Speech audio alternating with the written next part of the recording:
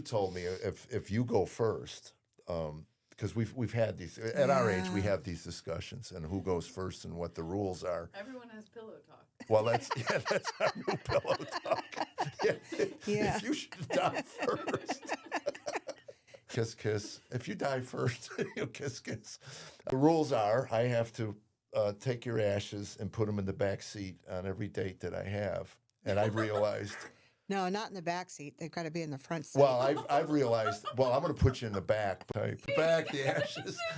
I'm not sitting in the back. I Yeah, don't the sit in ashes the back. come up front. I don't know. I can't do that. But I'm being straight up in public. I'm not going to lie. I could be in the center console. It's not Center like console I could do. It's not like you Center got. console I can do. It's not like there's the full bench seats anymore. It's always bucket seats. Actually, so I could be in the center console. I could and put they your just- ash.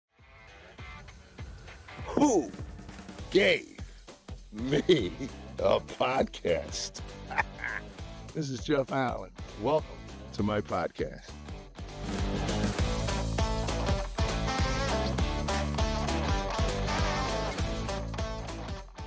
Hey, everybody, this is Jeff Allen. The new year. That's right. New year, new shows, new guests. And this is Who Gave Jeff Allen a Podcast. We're still looking for the person that gave me this thing. There's 6 billion of you, and we will find you. We will. Our sponsor today, as always, is Nordic Wave, the cold plunge company. Again, I can tell you, again, this is all anecdotal. The inflammation that I have from working out and the pain from that is certainly diminished by cold plunging. I try to do it at least 4 or 5 times a week, 4 to 6 minutes. Again, consult your doctor. I am not a doctor. If you're taking medical advice from a comedian, you need a head doctor. So, but you can go to Nordic Wave, their website, and type in Jeff 150, save $150. And we'll talk more about that with our guest today. We have a wonderful guest today. We've been waiting for this for a long time to get her in the studio. The cup of butter herself, Tami, is here. And welcome. This is the first, isn't it? Yeah. I've never interviewed my wife, so this will be good. And I have no idea. We did not rehearse any of this, did we? No, I don't did know. not tell you what the questions were. I have no clue what the questions are. Right. So, and by the way, if you're seeing this, it was approved by Tami because, believe me, she will look at the finished product and take out everything. This may be a 4-minute interview. I know from pictures, when people take pictures of us, you snatch their phone out of their hands and you immediately determine whether or not they're allowed to keep it on their phone. Right. So, welcome. I'm glad that you decided to do this. I've been asking for a while, and you are apprehensive, so we should say that right up front, right? Correct. Yeah. Mm-hmm. What is your apprehensions? Well, I know you've told me that people create in this image. Well, I'm not a public speaker. I don't. I lose words. I can't think of what I want to say. I know exactly in my head what I want to say, and I can.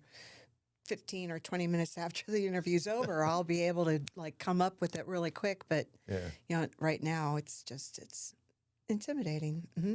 Yeah, that's why our arguments last for days, because we keep remembering things we wanted to say. No, I'm pretty good on the spot at home.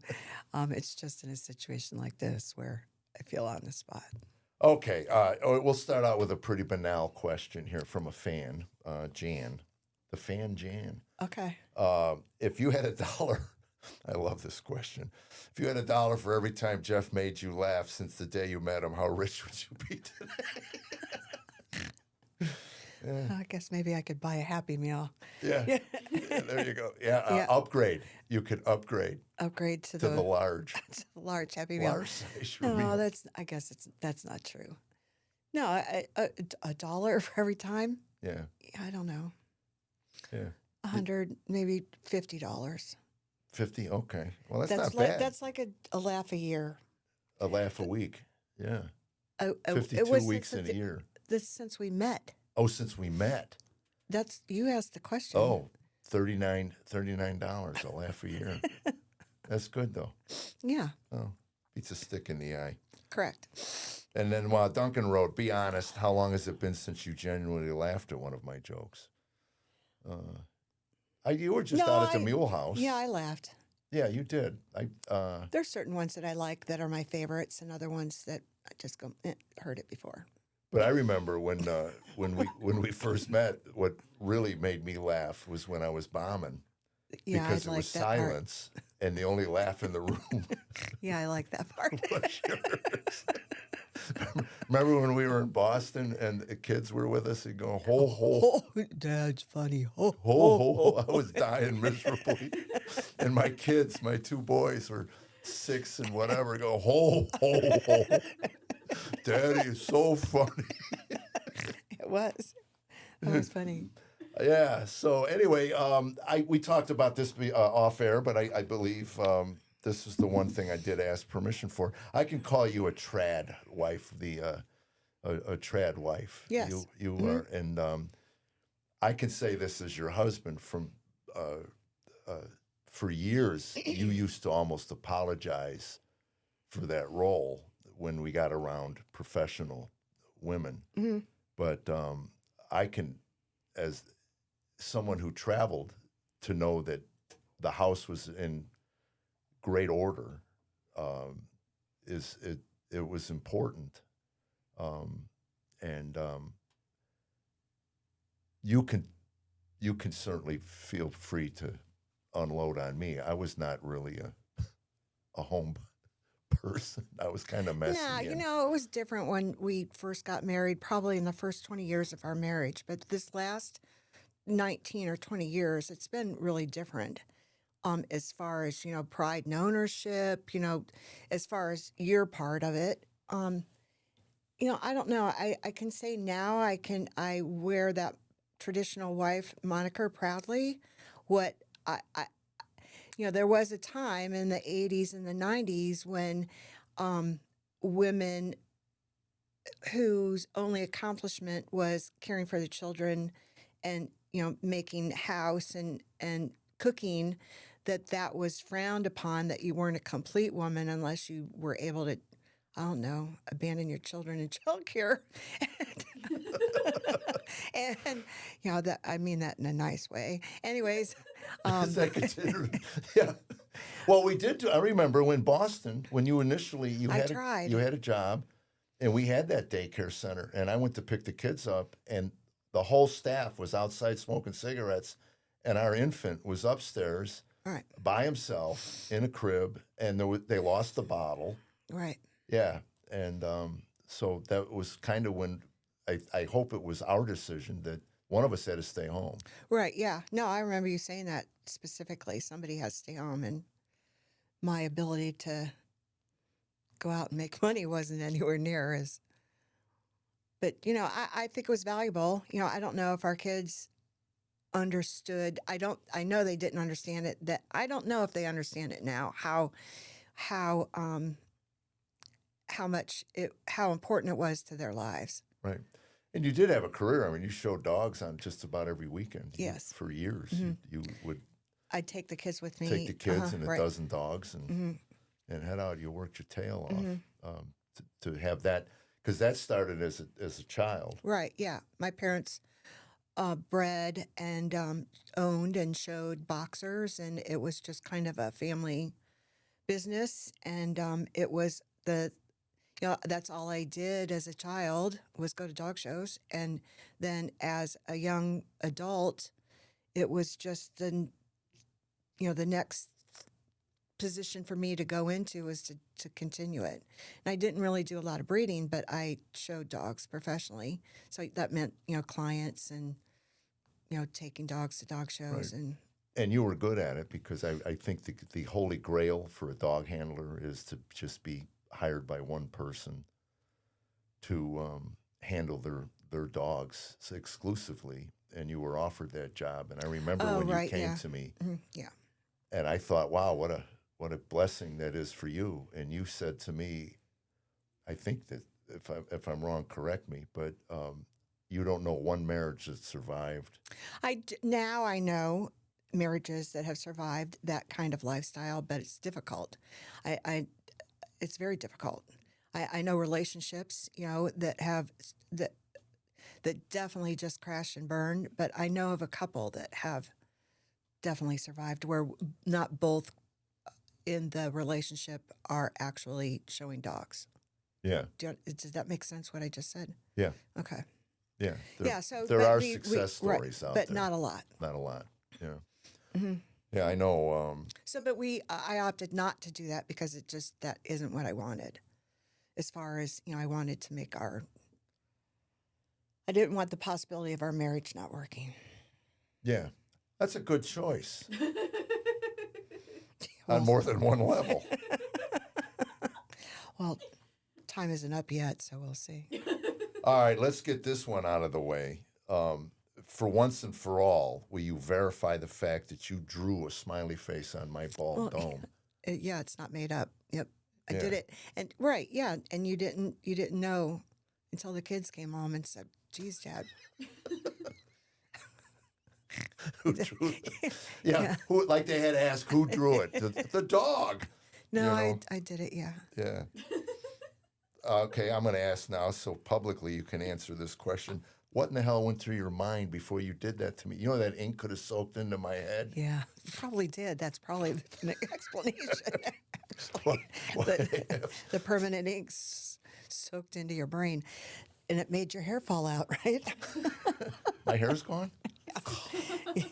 Gosh, who drew that? Lydia will love that part. But yeah. So I don't know. It was just a silly streak. Yeah. Well, that's good. It was actually some good What comedy. were the steps of the crime? You I had to go find the Sharpie. No, And you the had to Sharpies plot. are always around because he signs things with Sharpies, and so it was just I don't know. He was sitting in his chair. What part of the devil? What part of that voice spoke to you that you needed to do that? What kills me is because I have the inability to do something like that and not laugh the whole time I'm doing it. Oh well, but see, okay, But remember I know when you were stroking me like nice and teasing me, which should have been a red flag for me. You know, that then, spontaneous okay, so touching after the thing. fact, but remember back in the day when they had Kroger's, I think it was Kroger's had the call Santa Claus, where Santa Oh, Claus could call you. right. And so I would do that to my parents over and over and over again. Yeah, I Hello, remember that. Mike. She would sit in the kitchen, half a bottle of wine, and Not always. I'd hear her just cackling, and I'd hear her just, doing the whole thing. And I said, "What were you doing?" She goes, "I'm having Santa Claus call my father." "Hello, Mike. This is Santa." And it's so funny because I did it for my dad, and he immediately called me. "Hey, did you just have Santa Claus call me? What the hell would you do that for?" Her dad never called and said, "Did you have Santa Claus call me?" No. Yeah, and she just thought that was the funniest. Well, and I did it over and over and over and over and over and over. Hey, my sled needs a mechanic, Mike. Yeah, I remember that. Yeah, so it's just a little, I don't you got a know, warped sense of humor. little streak. Yes, you would do. All right, here we go. Is it easy loving a comedian? I imagine it's fun at times, but also lonely when he's on the road. What's that balance really like? That's an interesting question because there are people who watch this that have probably one spouse who travels. Those are probably the same people that say, "I bet you it's so much fun. I bet you laugh all the time living with a comic." And no, that's not. Anyways,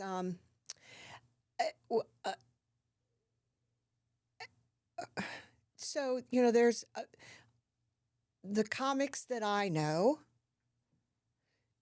Sometimes they can be very dark and have, that side of them, and that side is there often. And sometimes it's very difficult. Yeah. Right.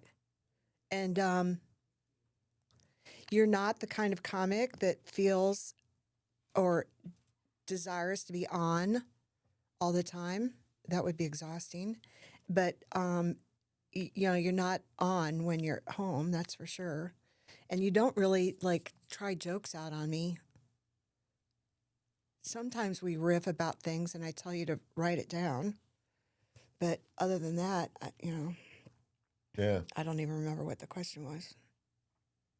Well, it's just is it lonely in the balance? And Oh, when you're away, yeah, sometimes it does get lonely because it's just me right, and the dogs. and the dog. Yeah. Since our other dog died, but the grandkids live far away, and so I've just tried to fill my days or fill my week with things, and but yeah, it can be lonely. Yeah, you're one of the busiest people I know. Hmm. Of course, all I know are comics, and we're not No. not busy people. Hmm. Yeah, but like today, we're leaving here, and you're headed off to a ministry that you got going at the church, Right, called with Prayerfully Made. Prayerfully Made. Mhm. Explain what that is. Well, we make prayer shawls and baby loveys. Prayer shawls are for people that are ill or in hospice, members of our church. And so it's a group of gals. Men are welcome if they want, but a group of gals, probably 10 or 12 of us, that get together every 2 weeks and sit around and um, we try not to gossip, but there's In a Christian loving way, you yeah, got sometimes there's a little bit of gossip, but Yeah. and it's just I don't know. We just sit around and talk and do our craft. And What is that craft? my craft is crochet, but there's people there that knit, Oh, and there's people there that quilt and embroider, and so then between all of us, we can put something together. And then when it's completed, not that it's only worked on there at the church, but we take it home and also work on them. And then when we're finished, then we pray over them. And our pastor, Pastor Jeff Boyette, he is the pastor that goes to their homes or to hospital and prayers and ministers to these people, prays and ministers to these people, and distributes what we've made. And then the baby loveys are for the newborn babies. yeah. What's a baby lovey? Is it a little blanket or is it a... No, it's like this. I don't know. It's this little.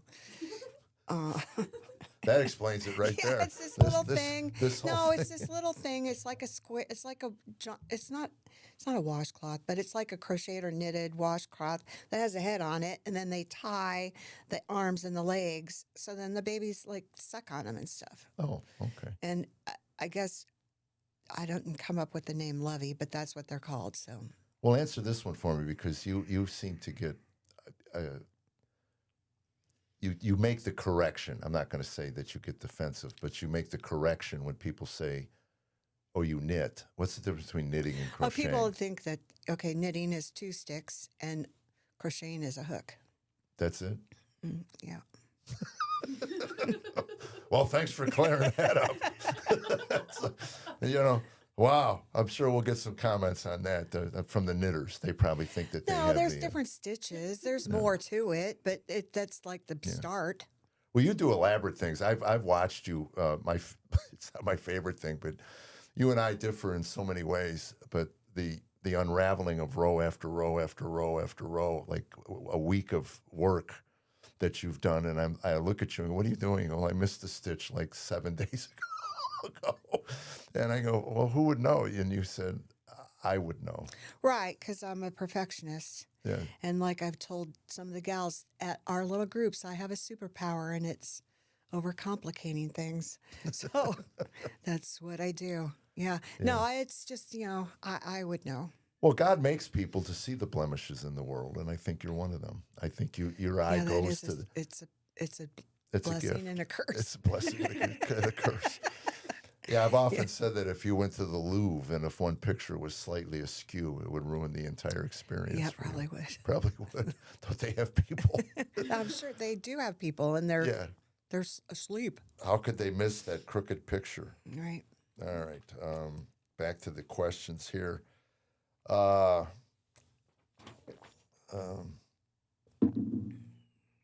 Oh, this is very good. I like this one. Everyone knows my testimony. It's been pretty public. Right. Right. So when did things first begin stirring inside you for the Lord? Was it a moment or a slow unfolding over time? That's a good question. Yeah. Okay. So I was Because raised. I get asked that a lot. I on the know, road. and you have given my testimony Yeah, we had a little before, problem right? with that. Yeah. And Yeah, we were on a Gaither cruise, and I shared a part of her story, and we get to the cabin, and every married couple knows what I'm about to say. It was a tad quiet in what should have been a relatively festive. We just finished a night of worship, right. and anyway, when it came down to it, you had said, "Look, if you're going to share my testimony, at least get it right." So I did go on stage the next night and Right. apologize to the audience and say to them that I learned something that if you want to know Tammy's story, ask Tammy. So Right. we're asking kind of now. Kind of the half testimony. Yeah, So, but so- because we can go back to Arizona when I first. right. But I can go back to, I've always known, I've never questioned that there was a God. I never questioned that Jesus, was born and died and raised, and I never questioned any of that. But I just kind of through my parents' demonstration of faith, I kind of stepped away from it. And it's not that I stopped knowing or believing, I just kind of stepped away. And it's not that I turned my back on, but I just wasn't practicing. And people know how you came to know the Lord. And it was kind of a slowly unfolding because I knew hypocrisy and I knew all the stuff that I grew up with.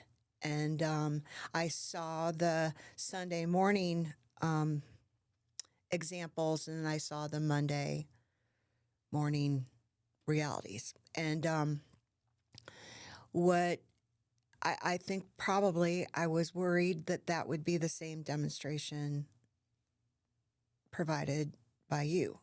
And Right. that wasn't, that was a slow unfolding. It wasn't an overnight automatic, turn the page change. It was a slow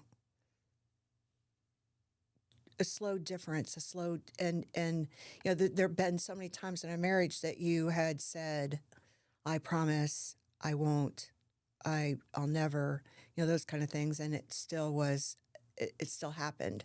And not necessarily with your relationship with Jesus, but with other things in our marriage. And so it was a slow unfolding. And so then by your demonstration and your leadership, it was just something that re-sparked that knowledge and the faith. Yeah. And then if you want to talk about it, the diagnosis. Right. Well, Yeah.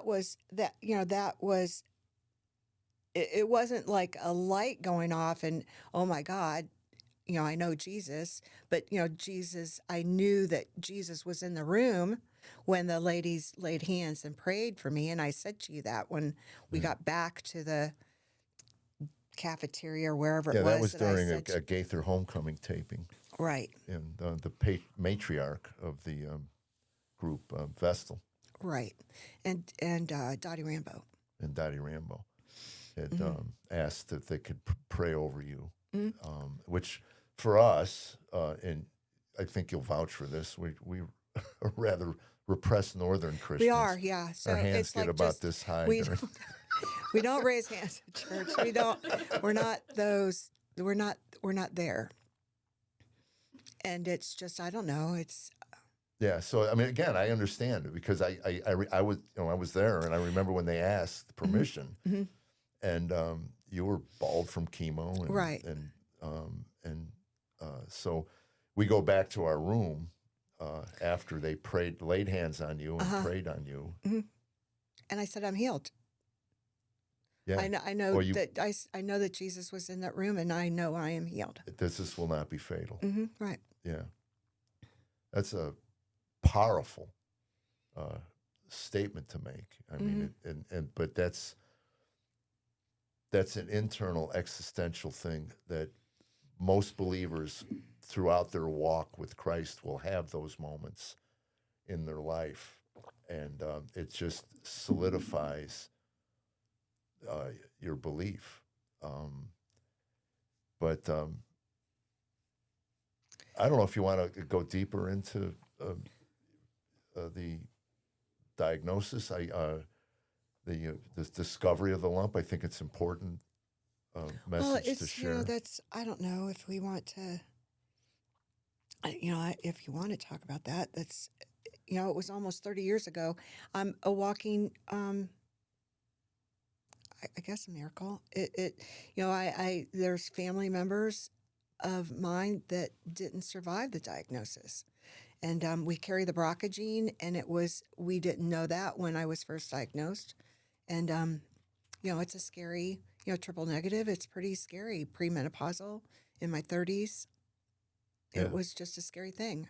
You were the one that wanted statistics and insisted talking to the oncologist. What's the chances? What are the percentages? What's all that? And the doctor looked at me. He goes, "Are you going to live or are you going to die?" He says, "There's no expiration date on the bottom of your foot. Right. And you tell me, what are you going to do?" And I said, "Well, I'm going to live." He goes, "Well, that's it." He goes, "There's people that come in here and have barely any sort of diagnosis and are dead in 6 months. Then there's other people that are stage 3 or stage 4 and 95%, fatality rate. And who's to say that you're not the 5%? So Right. it's kind of, and I had kids and I had a husband. I had all this stuff going on that I needed to And grandbabies you hadn't met. right. So, yeah, well, our kids were still And you just school age. retired your oncologist. Yeah. Yeah. What'd you call him? It's the dreamboat, Dr. Murphy. Oh, he's a handsome man. Yeah. I always looked forward to my appointments. Yeah, I remember that because it was such an antithesis of the surgeon, Right. who was this cold heart. I mean, he really was. And then you walk into this guy, and I used to just look at the doctor and how many times he looked at his watch. Not this guy. Because you had, I know, well, that was the point. Mhm. You had a whole list of questions. How many times did you read Susan Love's book? Did you A read? bunch, right? Yeah. But then the funny thing is, this new guy, Doctor, we won't say his name, and so he walks into the room. So my old guy retired, and my new guy, young guy from. You don't even need to say that. But he walks into the room with the cart attached to his front end with the computer screen in front of him, and he says, but first words out of his mouth, "I need to tell you that everything that's spoken in this room is being recorded." And at that point I said to him, "So I guess talking dirty is kind of out of the question." And he didn't even Yeah. there was nothing. And I thought, this is going to be horrible. Yeah, that's not good. Yeah. We need to start looking for a new one. We gotta. No. It's no We'll- big deal. we'll I interview him I and see find- him once a year. It's not like it's that big a deal.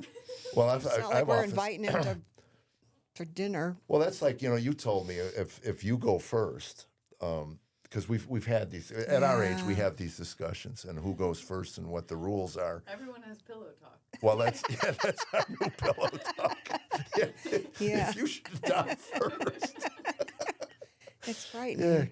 Yeah. And kiss. If you die first, you'll kiss.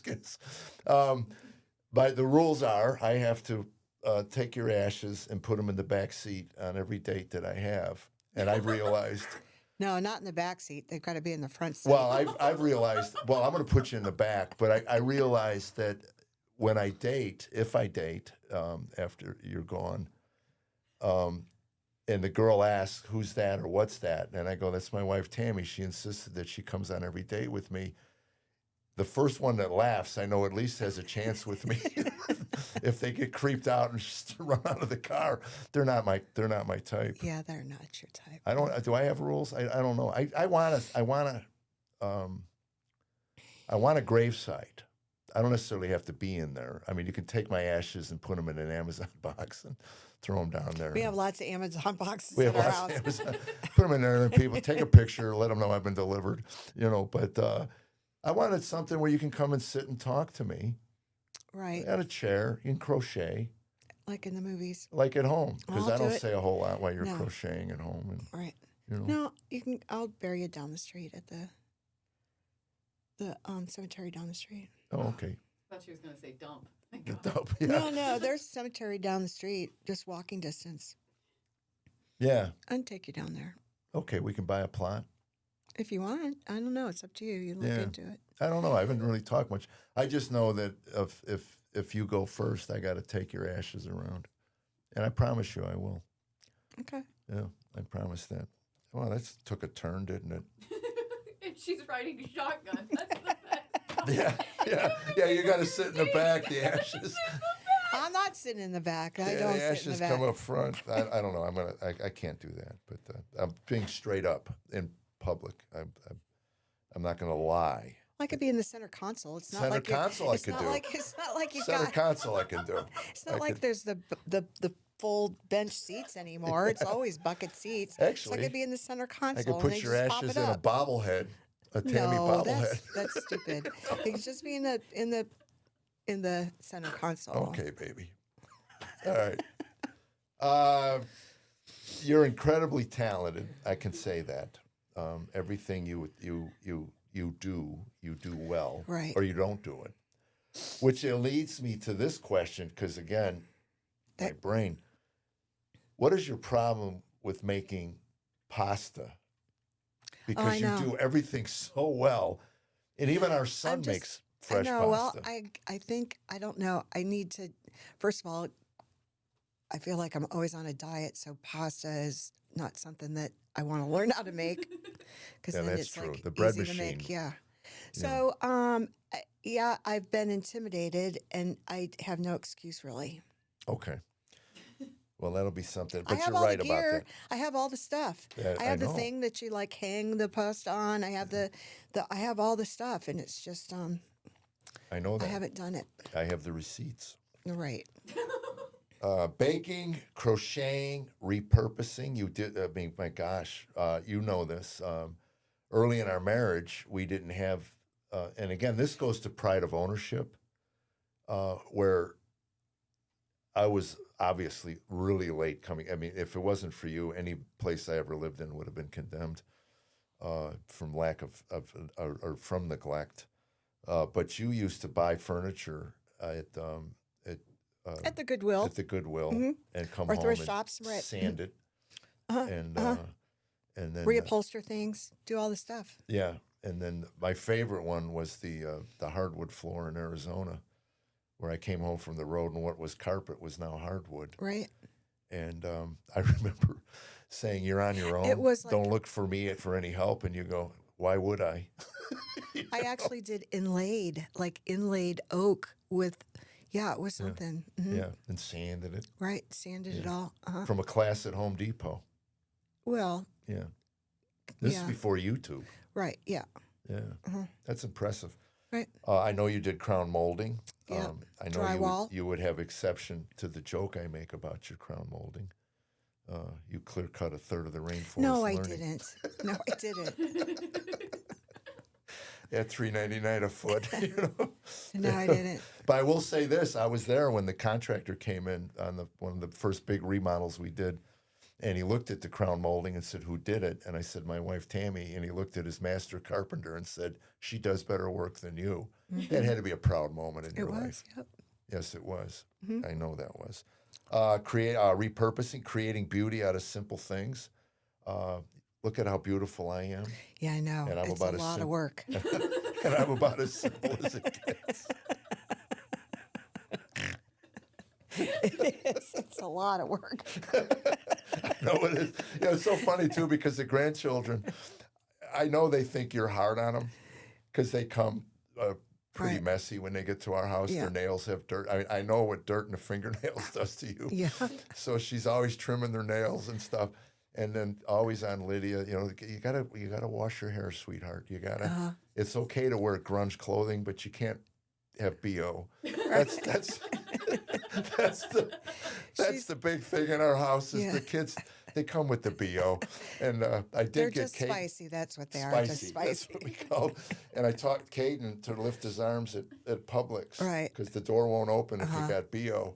And so every time we go to Publix now, he shoots his arms up.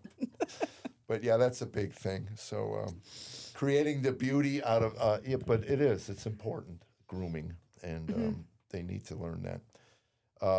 So the question is, when did that love of art begin for you? You've always been creative. You go back to you. Most people don't know this. You were a baton twirling majorette, like one of those double and flip them and spins. Right.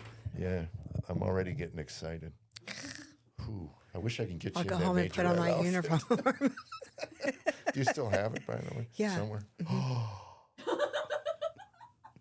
We need to take a break. You're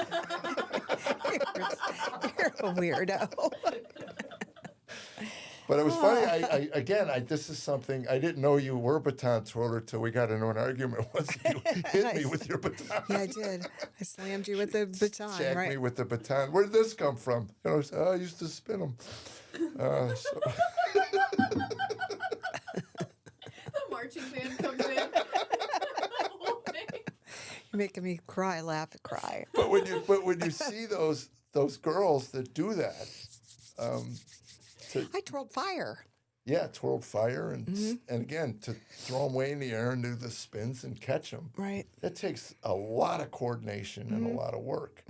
And I used to twirl in competitions. and I can't get you to put a golf club in your hand and take a swing at that. So Yeah, I know. you did try. I'll give I you did, credit yeah. for that.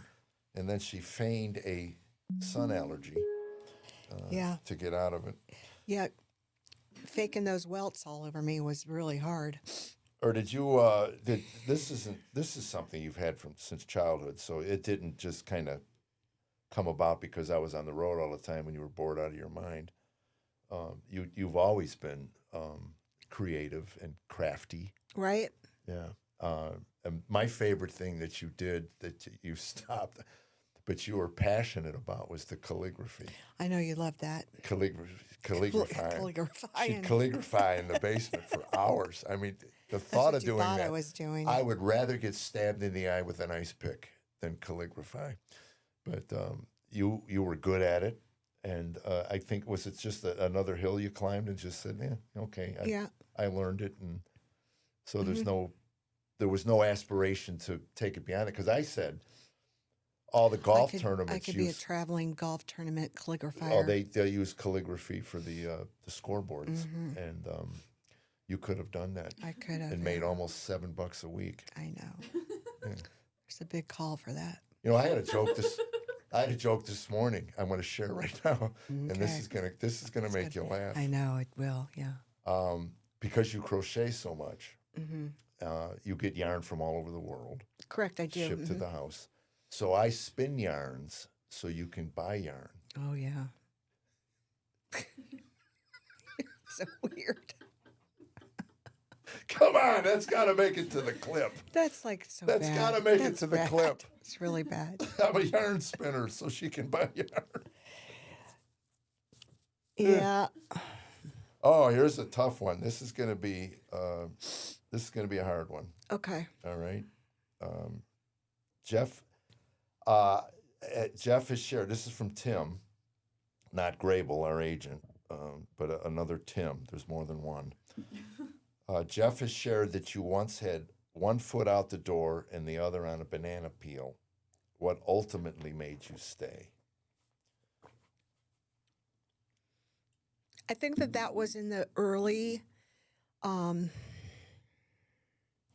don't know, the time gets kind of mushed together as far as where we were in our marriage at that point. But Yeah, to me, I break it into geography. 'Cause I know it's we were easier. in Arizona Austin, at that point, okay, and Arizona. Arizona was the beginning of the God journey as far as for you. And I don't know if that was it all overlapped because we were really struggling marriage wise when you did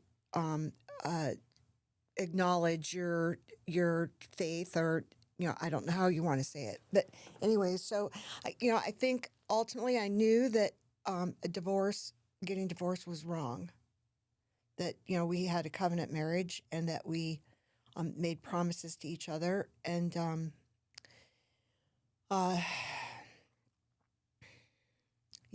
it was just we were on our way to the divorce court to have the paper signed, and I said, no, this is wrong.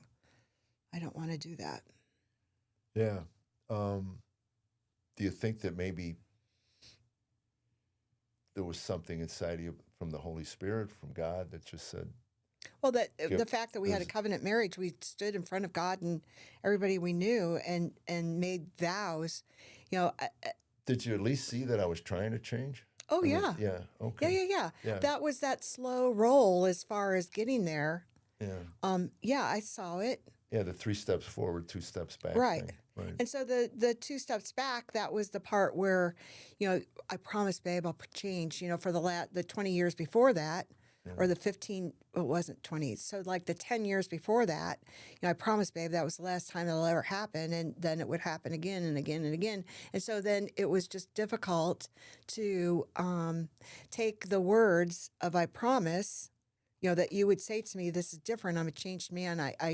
It was difficult to absorb that and actually know that it's the truth until you know you can speaking, but actions, there's a big difference. Right. How long did it take you to talk me out of raising the kids Buddhist? Yeah, that was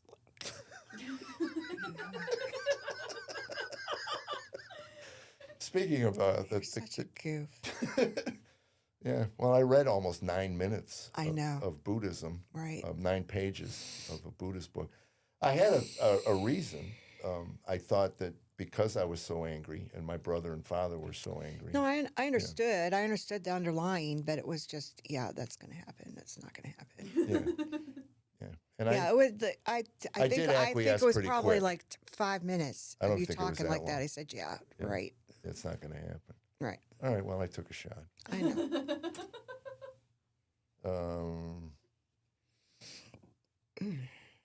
Oh, this one is on the breast cancer. So mammograms are important. Oh, right, yeah. Okay. They're, Yeah. And then for women who keep putting them off. And talk a little bit about the Baraka one. I know this is kind of jumping back and forth, but the Baraka one, when you were diagnosed, was just Okay, so when I was diagnosed, my Dr. Murphy, Dr. Dreamboat, said, "Why don't we do the genetic testing?" And at that point, it was unknown. First of all, you know, you're self-employed. We've always had to have self-employed insurance, and we didn't know the fact that because we weren't in this big, what's that called? Like a big group, a big Pool. group. Yeah, that if I tested positive, that if I would still be insurable. First of all, it wasn't known at that point. There were no laws on the books. There since have been, like in 1990 something, the laws came on the books that they can't discriminate against people insurance wise, health insurance wise, who test positive for any of the genetic testing. They can discriminate against people that test positive genetic testing for life insurance, believe it or not. And so that needs to be changed. But and then also again, at that point, the genetic testing cost $6,000. Do you remember that? I remember that, yeah. And so we definitely didn't have the money for that. And so we just kind of stepped back and said, yeah, good, whatever. And although knowing at that point that my grandmother, my mother's mother, and my father's mother, my mother's mother had died in her 50s of breast cancer, and my dad's mom was in her 90s when she died. We knew that at that point, but we just didn't. Anyways, and then my sister Toni, it goes Tami, Tom, Toni, Tiffany, and so she's like 3 years younger than I am, and she had been having a lot of. She had dense breasts with a lot of like Fibrous. yeah, something's she was constantly having to go for biopsies, and her doctor suggested that she do the genetic testing, and she had good insurance, and it didn't. I don't know how much it cost, but anyway, so she had the testing, and she came back BRCA positive, and so then at that point, I took the test to my oncologist. He said, "Well, we kind of figured at that point you were so young." And, you know, all the things that you probably were. And so we went ahead and did it at that point. And because my sister or an immediate family member had tested positive, then through the genetic testing count, you know, whatever, doctor council, it was much reduced. And so we were able to afford it at that point, did the testing, and it came back positive. And then my brother tested. My brother didn't test initially. His daughter, who was 31 years old, was diagnosed with breast cancer and ultimately died of breast cancer with an 8-year-old daughter. And then my brother ultimately at that point tested, and he, of course, had the gene. I have the gene. My sister Tony has the gene. My sister Tiffany does not have the gene. Okay. And both of our boys are tested positive Which for means the gene. our granddaughters are 50-50. Right. Yeah. And explain what the BRCA1 gene is, how they discovered it. It goes to, wasn't there a pocket of Jewish? Oh, I don't know. I thought it was just there. a- It is, but for me to like, there's going to be some person out there that's going to know and say, "Oh no, that's not the way," or it's That's pretty. okay. you We'll know, delete their comment. No, it's just it is what it is, and so I don't know. I'm not a proponent of I guess just go and whatever your doctor tells you to do. Yeah. Yeah. And anyway, self exams are very important Yeah. as well. Here's one. As we look forward to the next 10 years, the chapter of getting really old together. What are you dreaming of? This is kind of nice. What are your dreams? What are you hoping for? And what do you look forward to in our life ahead? My first dream is that there's some sort of medical device that will remove the hair on my face. A person has to have dreams. Yeah. They do. They call it, well, the electrolysis doesn't hold. But it's so funny. The electrolysis does hold. It's just such a long process. It's the laser doesn't do jack. Yeah. And so, I have to. Well, it's so funny since shave you every started day. dealing with this, because the spring. Explain that spring. I don't see it anymore. Oh, it's there. You I use it occasionally. it like traps and plucks. No, it's a spring, and you kind of just spin it on your face, and it grabs the hair and it pulls it right out. The magic spring. It is a magic. How much was that? By the way? It was probably $8. I don't know. At Ace, it's probably 35 cents. Well, it's a pretty tightly wound. Well, it can get a door hinge like that. Again, it comes down to they rename things, they repurpose things, and it becomes more expensive. Anyway, so that's it. That's your dream. What's my is to dream get of rid what? Of facial So what's hair? the question? So what do we have to look forward to? But since you've been dealing with all that and talking about it so much, You talk I've about it noticed. on stage, and women go, "Yeah, that's." Well, I noticed there was 2 people. I told you at Publix the other day. It was kind of creepy. Oh. And they were probably in their 80s, like swapping movie kisses. And when she turned around and looked at me, she had a mustache. And I mean, it was, people were, you heard it behind me going, ew. Believe me, there's nothing wrong with public displays of infections. As long as people are attractive. Well, it's not even that. It's just how far do you want to go? Nobody wants to, No, they loved each other. Years ago, I remember walking with my mother in downtown Chicago, and some guy was urinating against a bank building, and I thought, well, maybe he had a bad loan, but he looked like he might be homeless. But anyway, I thought my mother would be, because you're standing there, and this guy's out in all his glory. And my mother, she was so dry, she just looked at me and said, well, I guess if you got to go, you got to go. So... not bothered at all by the fact that the guy's all of his glory was Okay, out. but ask me the question again. I had a 10 years from now, what do I see us traveling more together? We've talked about that. You coming out on the road with me more. We have one more dog at home, and dog sitters, reliable dog sitters, are difficult to get. We've had some issues, but traveling with me. I know you don't like the landing, going to the hotel, napping, doing the show, going back to the hotel, getting up at 4:30 in the morning.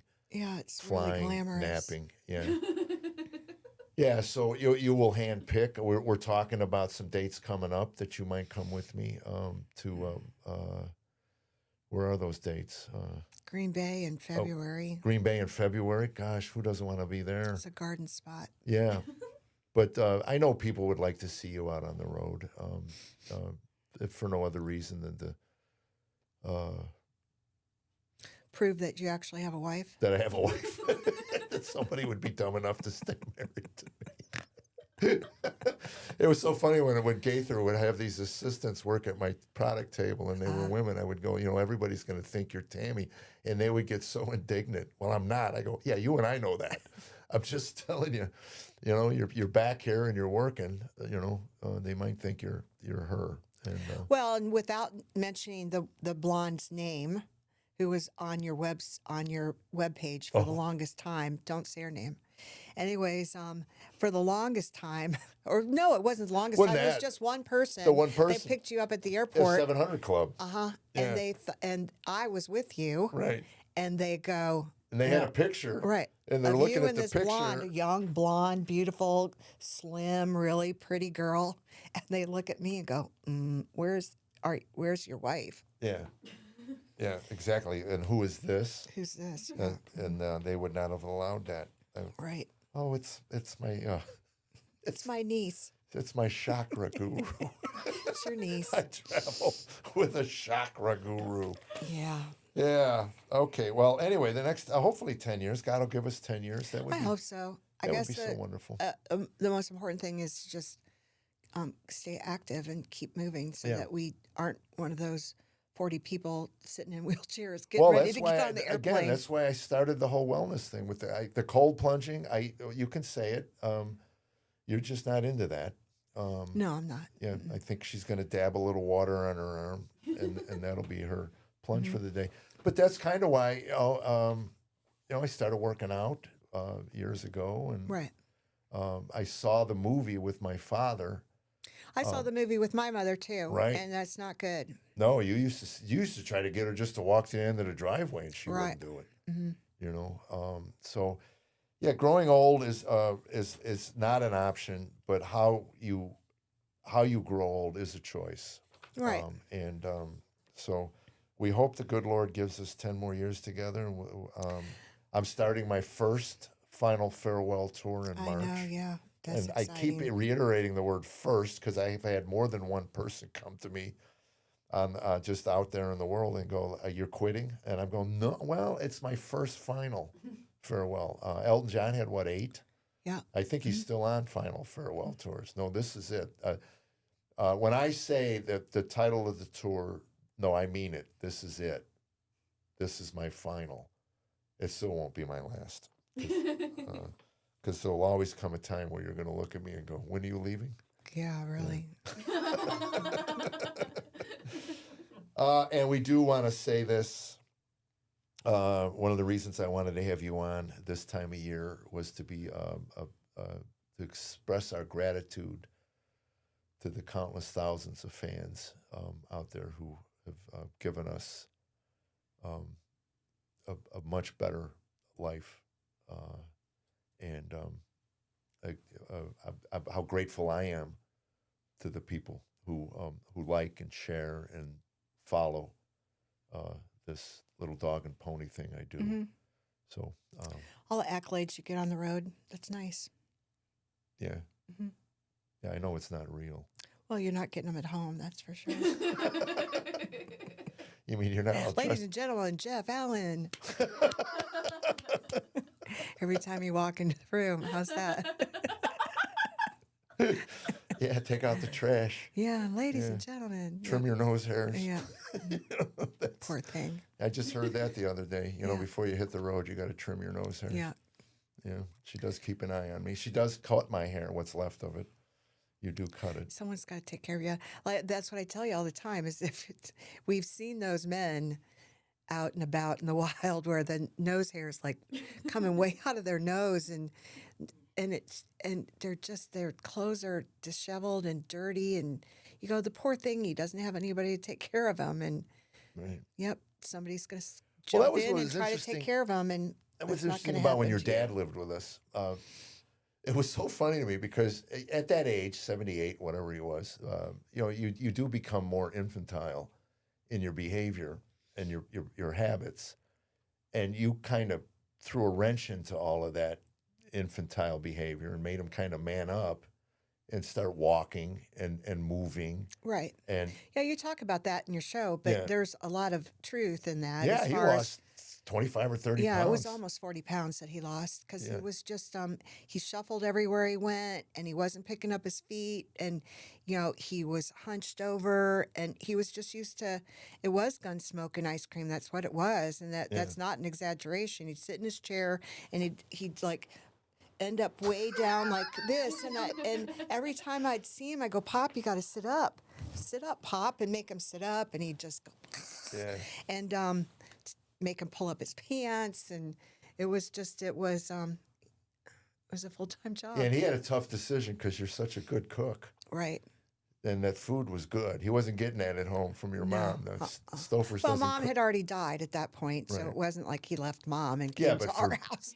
For decades, he was. Right. Yeah. Who knew what they ate? Because I know your mother. It was a didn't lot of cook. frozen. Yeah, yeah, He ate a man. lot of bologna sandwiches, And- and so then, And those frozen dinners with the man with the congealed. yeah, Yeah, the poor thing. Yeah, yeah. And then he. I could talk about this because you're here. This is funny to me. It was anyway when he went and bought he went out to get an oil change and came back with a $45,000 Ford Taurus.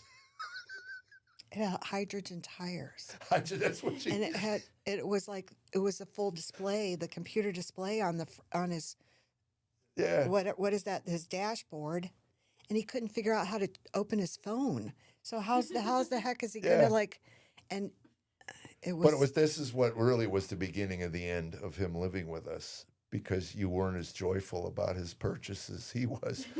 The fact that he couldn't pay for it, that never No, even well, I entered his remember, mind so- or the dealer's mind. So I was out in the garden, remember? Right, I remember and then that. you came out and you go, you need to come in the house. You're not going to believe this. And it was just bad. And the funny thing about it was, It had leather my seats. sister, it had leather seats. Tiffany, the baby, Yeah.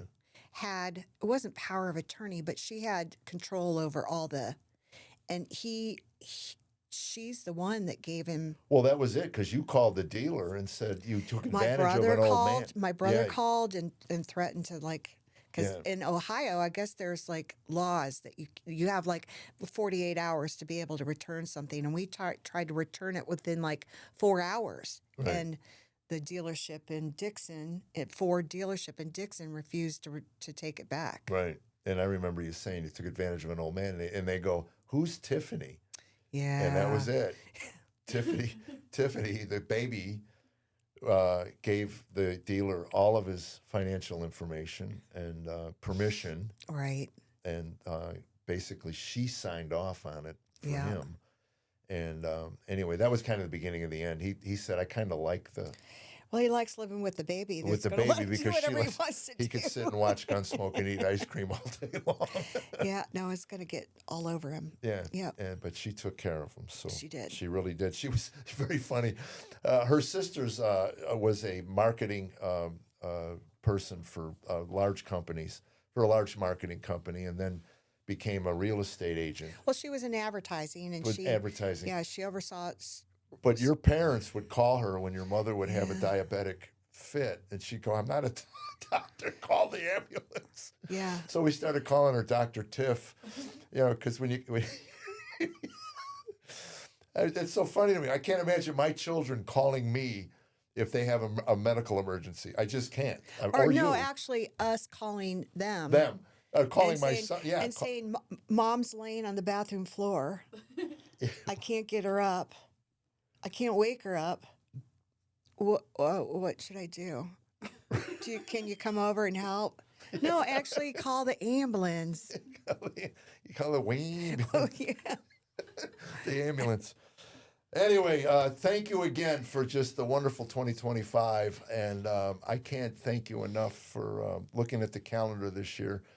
I believe it's going to be my busiest year. And I do promise, and you promise here live, that It's not live. But you will be out on some dates, a handful of dates this year. I'll go to Hawaii, and I'll go to the good places. Yeah, you do have I'll rules. go to Green Bay in February. Yeah. Well, Maybe we'll see. It matters on Brinkley. Yeah, our dog. But it's full. It's the ticket sales are up, and I can't be more grateful. I got some new material, and we're making a taping in Casper, Wyoming at the Rialto in March. It will probably be my last, certainly full-length video that I'm going to shoot, and really going to pour into this. We want you to send out your favorite routines because I'm going to put in the top 10 favorites in that course of that hour and 15-minute tape. We're going to revisit some old material and get that down. I want my grandkids to be able to see kind of what their papa did for a living when they get old enough to actually laugh at it. Lydia, when she came, when she came out to see me last February, she goes, "Papa, you're not funny." And I go, "Thank you." I'm glad my demo was not 11. That would have been an indictment. But anyway, we'll see you out on the road, folks. God bless you. And Nordic Wave, Jeff 150, cold plunge. I'm telling you, if your body hurts after lifting, cold plunging is the way to go, along with infrared lighting and then red lighting. Again, we're doing this wellness campaign so that we can be around a lot longer and keep our minds sharp and our bodies in the best shape they can possibly be. And God bless you and for being here. Thank you.